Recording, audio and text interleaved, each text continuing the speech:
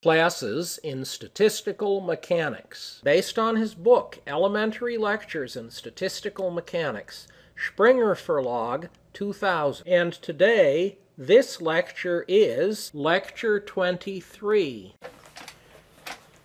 Good morning, and today we are going to start with Chapter 25, Lecture 25, page 339. And in Lecture 25, we're going to discuss the Langevin model and diffusion. The previous chapter, 24, presented actually very carefully the orthodox treatment of the Langevin equation, in which you say we have made certain assumptions, we turn the crank, we get certain outputs. If you paid attention at the end, we made the point that the Langevin equation, in addition to displacement versus time, can also be used to calculate the correlation between, here's a timeline, the displacements in one section of time and the displacements in a section of time. And the important issue is that the correlation between this displacement and that displacement dies exponentially quickly. And the time constant of the exponential is picoseconds to femtoseconds for reasonable objects. And therefore, if we look at a diffusing object over short periods, long times, like a nanosecond, the Langevin path is made up of bunches of uncorrelated sections. That means that the Langevin equation displacement path is a Markov process, a statistical process in which the separate steps are uncorrelated. Once you say it's a Markov process, you can show that from Dub's theorem that you get out diffusive behavior. We didn't quite go through all of that, but that's the standard orthodox outcome. And the closing point on all that, which I didn't assign, is problem 24-8, which is to use the Langevin equation to calculate the distribution of probabilities of displacements. That you can do with the central limit theorem. And then with Fick's law, which by the way is in the previous aside problem equation F-26. And once you do that, you can show that you get out a diffusive process. And the diffusion coefficient that you can infer from the Langevin equation is the same as the diffusion equation in Fick's law of diffusion. Okay, what we are going to do in Lecture 25 is show that the assumptions in the Langevin equation are actually necessary. That is, if you put in something different than what we did, the whole thing would not work. So what did we put in? Well, what we put in were certain physical assumptions about the behavior of objects described by the Langevin model. And the first was equation 25.1, which is that we have a mean square velocity. Equivalently, we have a particle kinetic energy. And the equilibrium average of that is independent from time. So if you sit and let time go on, things do not change. We actually use that. The second assumption was that the random force is the part of the total force that is uncorrelated with earlier values of the velocity. That is, if I tell you the velocity at time t, and we wait to a later time t plus tau, the force on the particle at t plus tau has two parts. It has a part that is correlated with what the velocity it was at time t. That's said to be the Stokes' law drag force. And it has this additional part, capital F, which is uncorrelated with the earlier velocity. And therefore, we can write the Langevin equation. The Langevin equation is F equals ma. On the left, you have dv dt, the acceleration. We've divided m to the other side. On the right, we have an e to the minus F over m, Stokes' law drag coefficient over m times v. That's the drag force. plus the random force divided by m, which is a driving term. Fourth, we claim that what we call the random force is actually random in the sense it has an infinitesimal correlation time. That is, if we look at the random force at time s, dotted into the random force at time s prime, then we can say this is some f square, and there's a function phi of s minus s prime, which is a delta function. That is, the random force at two different times, if s and s prime are unequal to each other, the random forces are uncorrelated and the average is 0.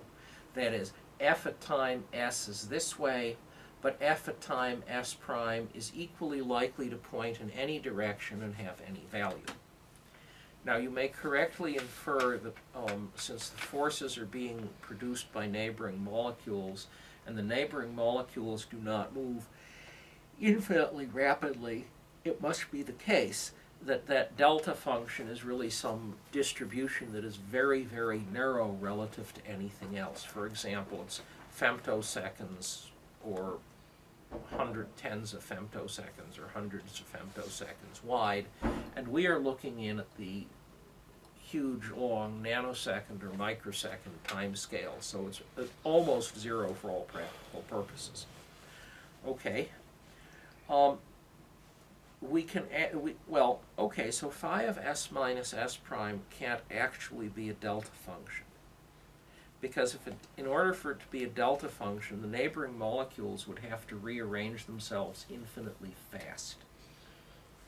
Well, they can't actually do that. And therefore, suppose phi of s minus s prime is non-zero over some period. Yeah? You see what I'm saying? Which it really is. Is this consistent with the Langevin equation? So the answer turns out to be that equation 25.3 implicitly requires that the random force have a 0 correlation time. That is, that delta function appear in equation 25.4. You may ask, where does it implicitly assume that? I don't see it anywhere. And the answer is, we implicitly assumed there's a drag force e to the minus gamma v. Well, that's equivalent to assuming that the drag force at time t is determined by the velocity at time t and doesn't remember what the velocities were at any prior times. Can't do that, as we will now see. Okay, so what are we going to do? We are going to take equation 25.1 for the velocity, which is that v at time t squared is v at time 0 squared. Okay? And we are then going to take the solution to the Langevin equation, which is what we derived in the prior equation. And what happens when we do that?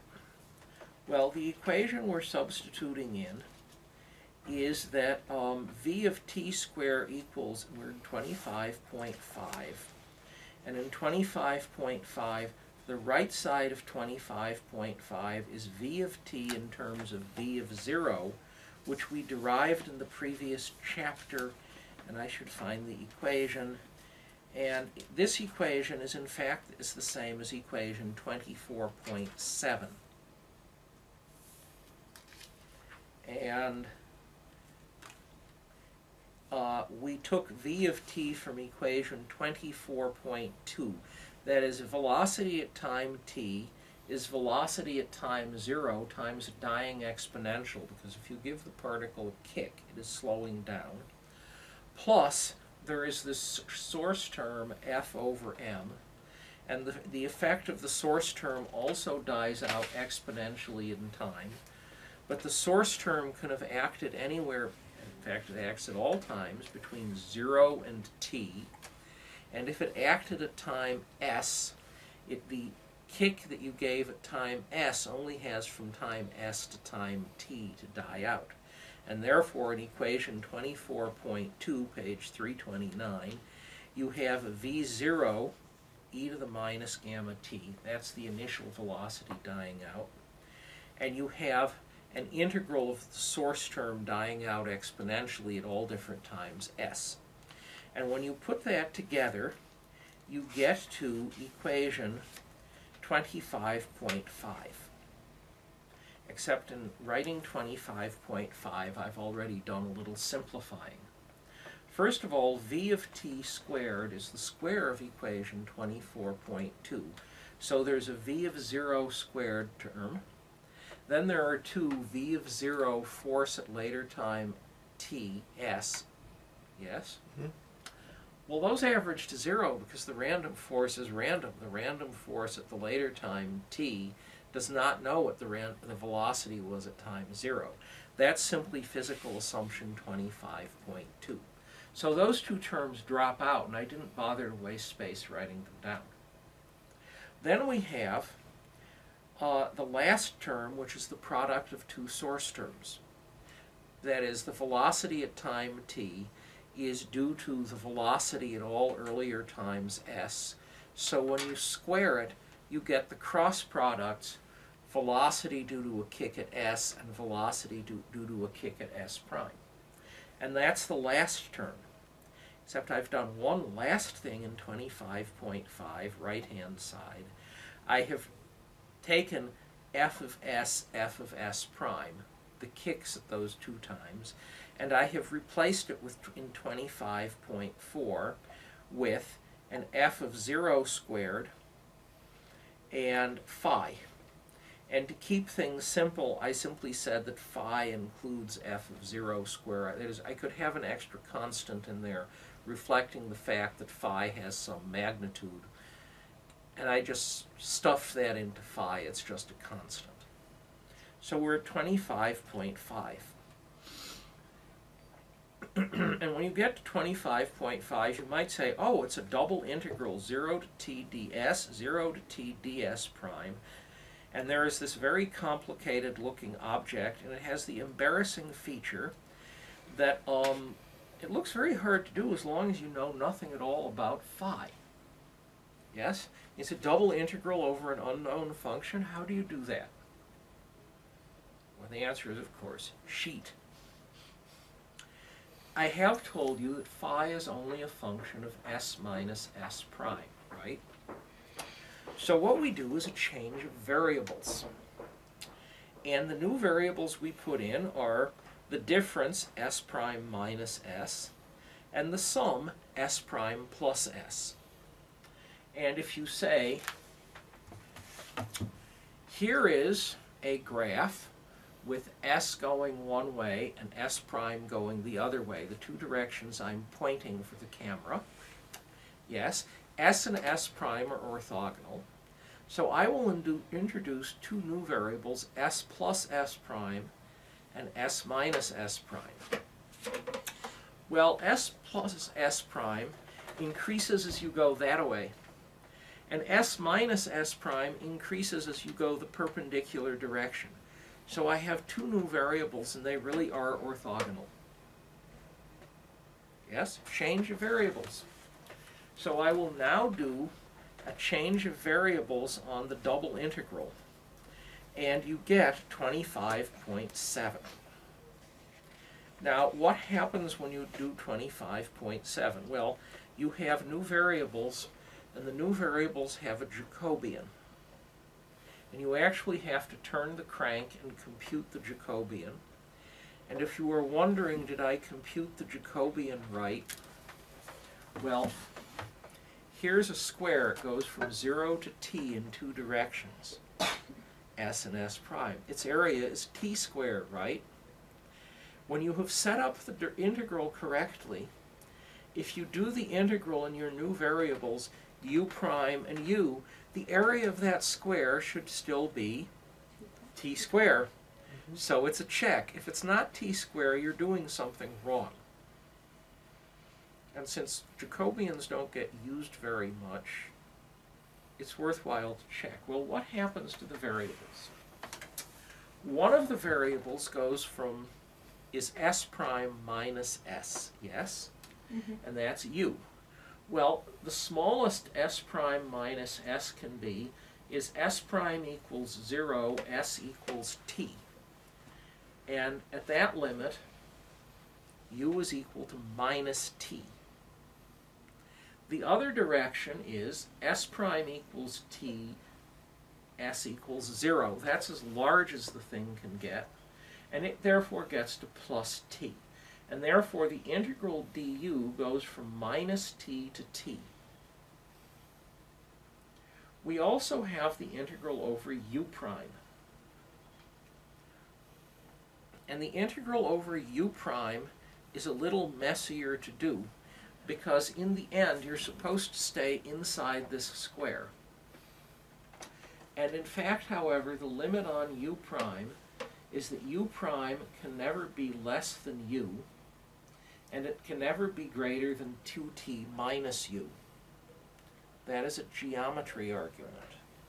If you draw it out, it works. Let's see if I can try to convince you this is true. Here is the u-axis, yes?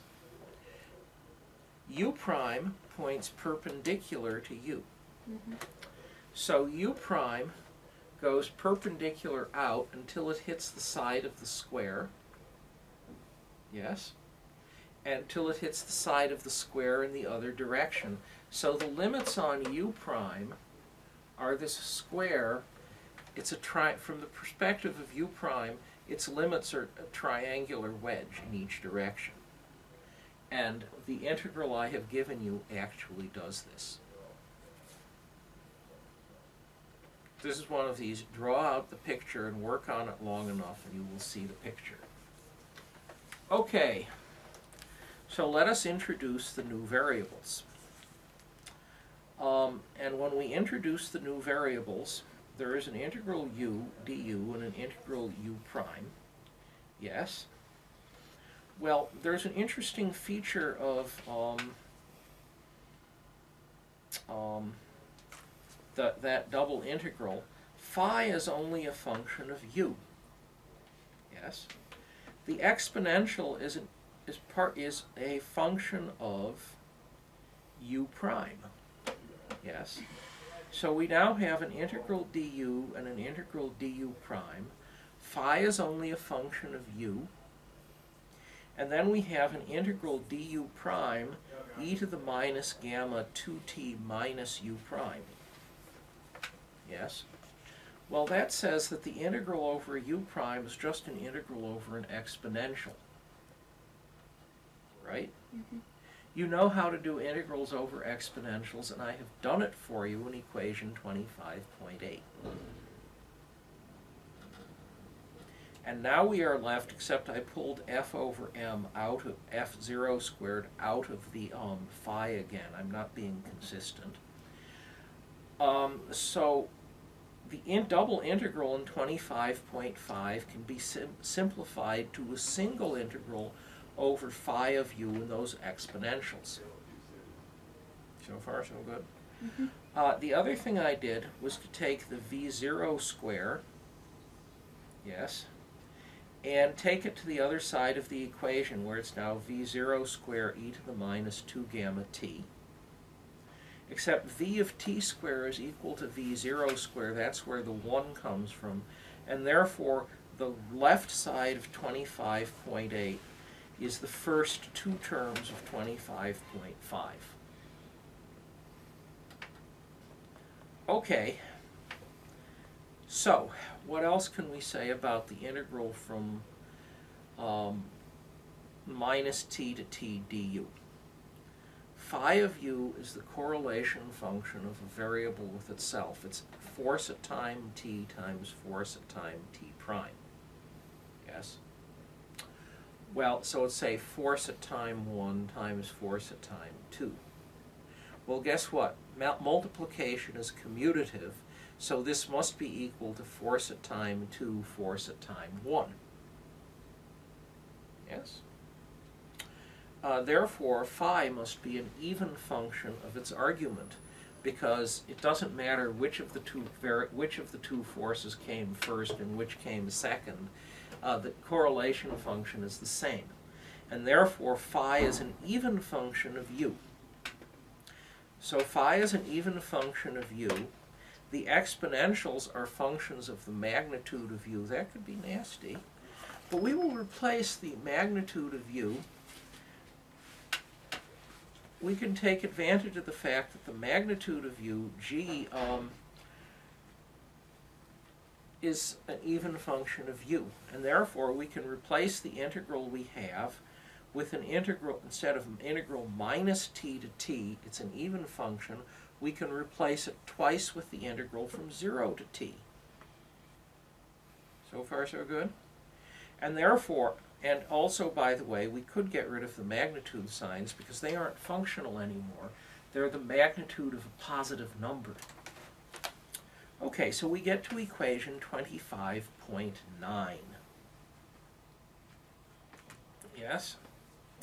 So we are now going to do equation 25.9. And the next thing we are going to do is to take the derivative of the function with respect to t. On the left side, well, the left side of 25.9, where you've noticed I've moved a bunch of constants over there to get them out of the way, but they're just constants. The derivative of 1 with respect to t is, class? 0. Yes. The derivative of minus e to the minus 2 gamma t with respect to t is, let's see, a minus gamma comes down and the exponential just sits there. So on the left of the equation, we just have a function that is a dying exponential in time. What happens on the right of the equation? Well, on the right of the equation, you have to know how to take a derivative when the argument of the variable of the derivative appears in the limits of the integral as well as in the argument. Yes? Feynman commented, this was one of the things he learned in calculus class when he was in high school, in one of the, this is in the 40s, early 40s, one of the few high schools in the country, Bronx High School of Science, that actually taught calculus to high school students. There were like 3 or 4 of these, other than maybe some private schools, that did this. And the rule is that, well, how do you take the derivative of an integral? Well, one of the terms is you take the d dt of the function inside the integral and integrate anyhow. However, the other part is, if the bound is a function of t, which it is, you take the function evaluated at that bound times d bound dt. This is something you should have seen in freshman calculus, and you almost are never see again. It's a very important result. This is how, oh, wait a moment, this is how you derive the work energy theorem if you ever study mechanics. So, we're actually going to do this. And what do we get? The first term on the left side is the argument of the integral evaluated at t, and if you look through, I've just replaced u with t everywhere, times derivative of the upper bound with respect to t, which is 1, minus the argument of the integral evaluated at the lower bound times, well, it's d0 dt, which, guess what, 0, it doesn't depend on t very strongly, and so that's just a 0. Plus the same integral as before, and now I've taken the derivative of the thing inside with respect to t. Yes? Let me give a picture of how this derivative rule works. Here's our x-axis. Here are 2 bounds, and here is a function. Yes? And suppose I change a parameter. There are 3 ways I can change the integral. First, I can make the pretty curve go up and down. And that's the integral term, because I am asking how fast does the curve change when I change the value of t. Second, I can take the larger bound and move it left or right. And if I move it left or right an infinitesimal amount, the change in the area is the height here times the amount I've moved it. And that's the first term. And then there's the other bound. And if I move this bound a bit when I change the parameter, the change is the area times the amount I change the bound. But now if you think of how derivatives work, I'm moving the bound in and I'm eating up area under the integral as opposed to adding to it, and therefore you pick up a minus sign. So the answer is equation 25.10. Well, look very carefully at the first term on the right in equation 25.10. It's e to the minus gamma t minus e to the minus gamma 2t minus t. Guess what? Those two exponentials have the same argument if you simplify them. And their difference is 0 because they're equal to each other. So that term vanishes. Yes? The next thing I do is to say there's an e to the minus 2 gamma t on the left. There's an e to the minus 2 gamma t in the integral. Those things are constants with respect to the integral. So I can divide them out. I can also divide out the 2 gamma from the integral. And when I do that, I am left with equation 25.11. And in equation 25.11, there are a whole bunch of constants on the left side, and there's this integral 0 to t, phi of u, e to the gamma u on the right. Yes? Okay. It looks a little odd, because you're saying I could choose t to be anything I want, yes? And if I change t, the integral on the right looks like it ought to change, right? I have this function of u, and I'm integrating it from 0 to t. If I change the value of t, unless the function is 0, the value of the integral should change too, yes? Mm-hmm. However, the thing on the other side is independent of t. Mm-hmm. That looks a bit odd. In fact, it looks a bit impossible. To check what's going on, take the derivative of each side of this equation with respect to t. Yes? And if t is larger than 0, you get, well, d dt of the left side is 0. That's easy enough. d dt of the right side is simply phi of t e to the gamma t. So 0 equals phi of t e to the gamma t. The only way that can be true is that if phi of u is equal to 0. Phi of t is equal to 0.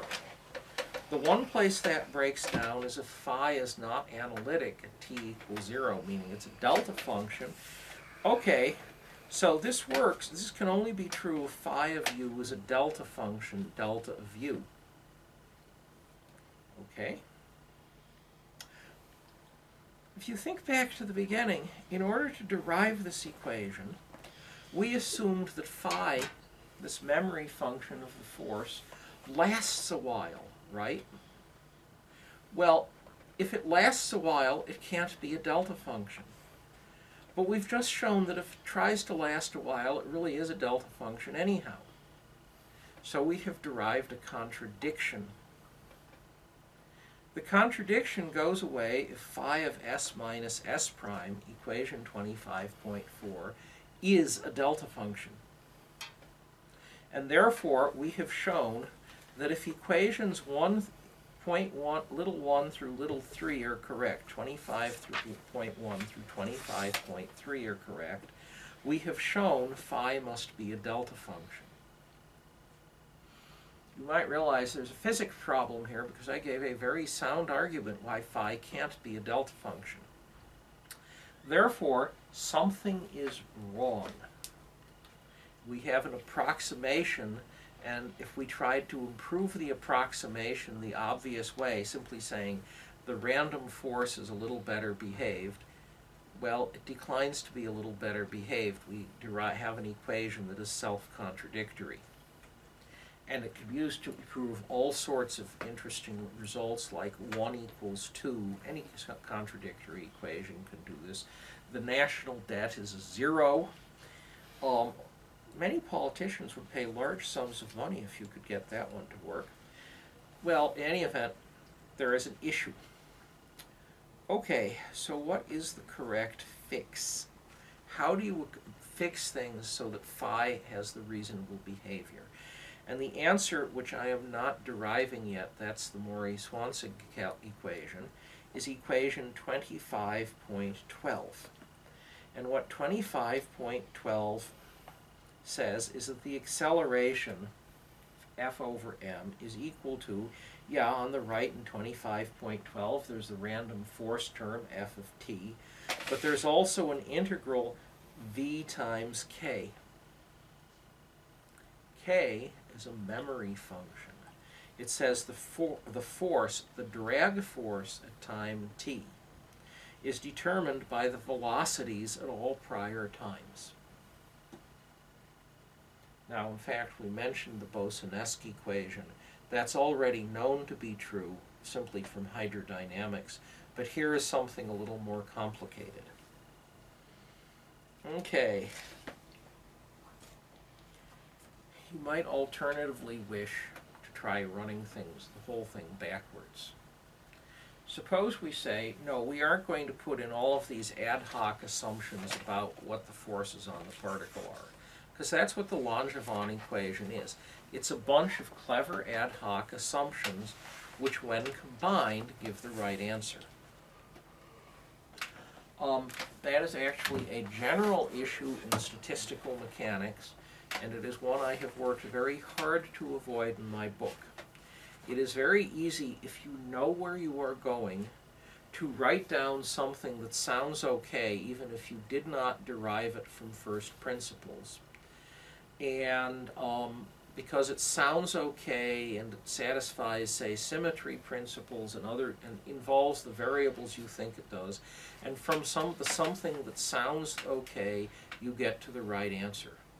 And if you are very clever and very careful, you can derive some wonderful things for this. For example, there are whole bunches of treatments of how liquid crystals behave in statistical mechanics due to Diffusion, which are beautiful arguments based on what are the possible variables, how can they be coupled because of symmetry limits, and therefore what can the dynamics and such not look like. It's a very clever set of arguments. And you should recognize at the front it was an ad hoc argument, not a complete argument. And you should also recognize that, yes, if you are very clever, often it will give you good results. And sometimes it will blow up in your face because one of those very reasonable assumptions, well, isn't reasonable. So you should know there's a style of doing statistical mechanics. You can see a great deal of it in Landau and Lifshitz' Statistical Mechanics book. And it's a very nice book, and it does all sorts of things. But if you ask, where does this result come from? Like, there's a nice calculation of size of fluctuations in a liquid. Where did the start equation come from? It doesn't match other things. Well, it was put in. And if you're good, you can get away with this, usually. And sometimes, if people think you're good, you can put in a reasonable sounding assumption that turns out to be totally wrong, and you can send the whole field off on a wild goose chase for decades. I shan't say which field I'm referring to. Okay, so if you don't like this, what should you do? Well, one answer is you could do a purely macroscopic calculation, and that's the Einstein diffusion equation, the next section. And the other answer is to say, we know these are atoms in a liquid.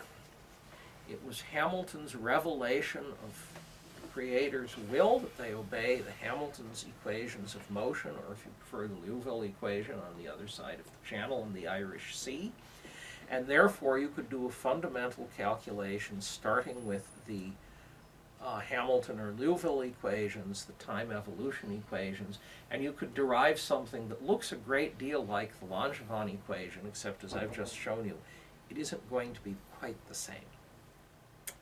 Okay, let's do the Einstein diffusion equation result. It is a good example of how you can use a macroscopic argument to get an answer. So suppose we have a solution, and the solution is filled with small non-interacting particles like this mug. And the solution is subject to the force of gravity. And we have arranged things so that the density of the mug does not match the density of the surrounding medium. I could prove this by letting go of the mug, but I won't.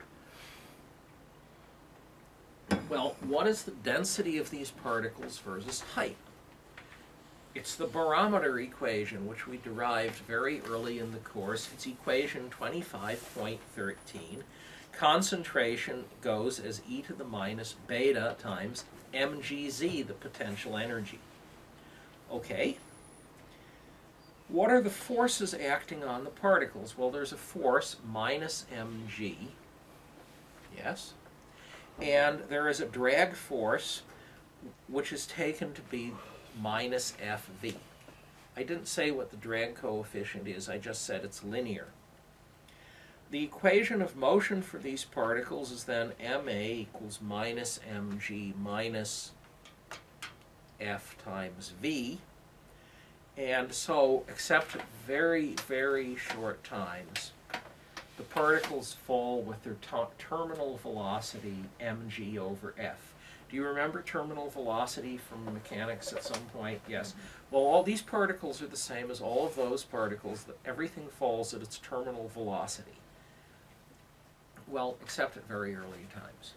This is simply Aristotelian mechanics. Everything comes to a stop. That is an overuse of what Aristotle actually said, because his idea of what the word change meant is not related to ours in any simple manner. Okay, on the other hand, if you look at equation 25.13, you notice there are more particles down there and fewer particles up here. That's what the Barometer Equation says. The air gets thinner with height. Yes? And if you are me, I notice this if I go up in an airplane. And if you are one of my former colleagues who hiked to Machu Picchu at 13,000 feet, well, apparently the laws of nature were a bit different for her. In any event, having said this, so there's a concentration gradient, and we have Fick's law of diffusion. And what Fick said is that the diffusion of solute is exactly like diffusion of the element heat in Fourier's theory of heat. Fourier thought heat was a chemical element like oxygen. Well, that's not critical. But the important issue is there is a diffusion current J, and it's determined by a constant D, and it's also determined by the great concentration gradient. So Fick's law, JD is minus D grad C. So there's a diffusion current, D grad C, which is an upwards current, because I'll explain that in a little bit more in detail. And there's also a falling current due to gravity. And what is assumed is these two currents don't care about each other, so the total current is the sum of the diffusion current going up and the gravitational current drawing things downwards. Yes? Okay. Concentration is independent of time. And therefore, the gradient of the total current has to be 0. Del dot J is 0, or the number of particles in each volume would be changing.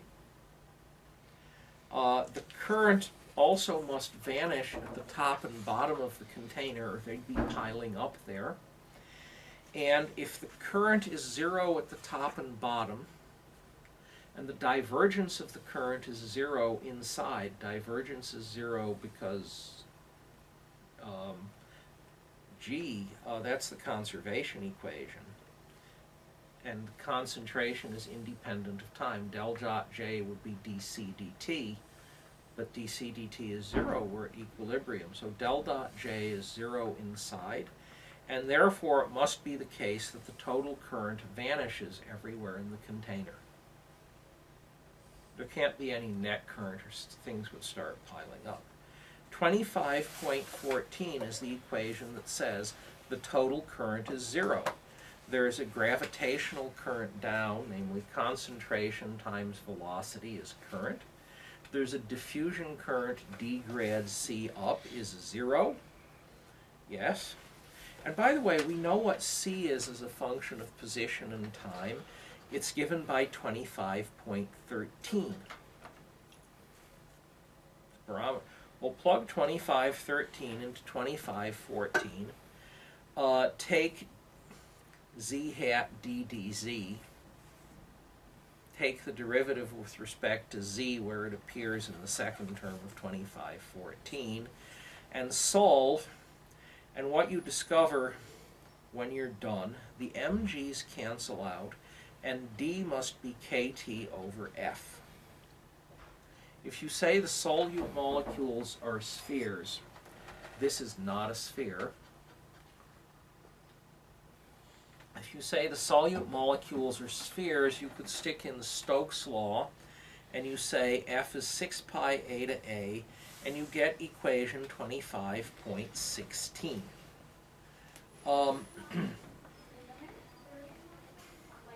This result sounds very general. It sounds much more general than the Langevin equation. In fact, I used the same assumptions in both cases. In particular, I said the drag force is given by Stokes' law. No, it isn't. And that assumption is wrong here. Particles aren't moving in straight lines in constant velocity, for starters. And therefore, life becomes more complicated. Now, you could also ask what happens if there are interacting Brownian particles. And the next section, which, since we're running out of time, I won't go over, simply points out that if I were a two-armed drinker, yes, two-fisted drinker, the particles could interact. They could be charged, these are both particles, they could be charged and repel, or oppositely charged and attract. They're moving through a liquid. If I drag something through a liquid, fill your kitchen sink with water, drag your hand through it, you will notice that as you move your hand, you set up a wake in fluid. The wake causes everything that should have been cleaned out of the sink a while ago that is still floating around to move one way or the other because you've created this wake. So I move this, and there is a hydrodynamic interaction, and the second object floats along matching the wake. That is a hydrodynamic interaction, and it is now known, more certainly than when this book was written, that they're described for microscopic particles by the Oseen tensor. That brings us effectively to the end of this chapter. So in the next lecture, we will take up the completely rigorous Maury-Swansig equation. We are now done. Class is dismissed.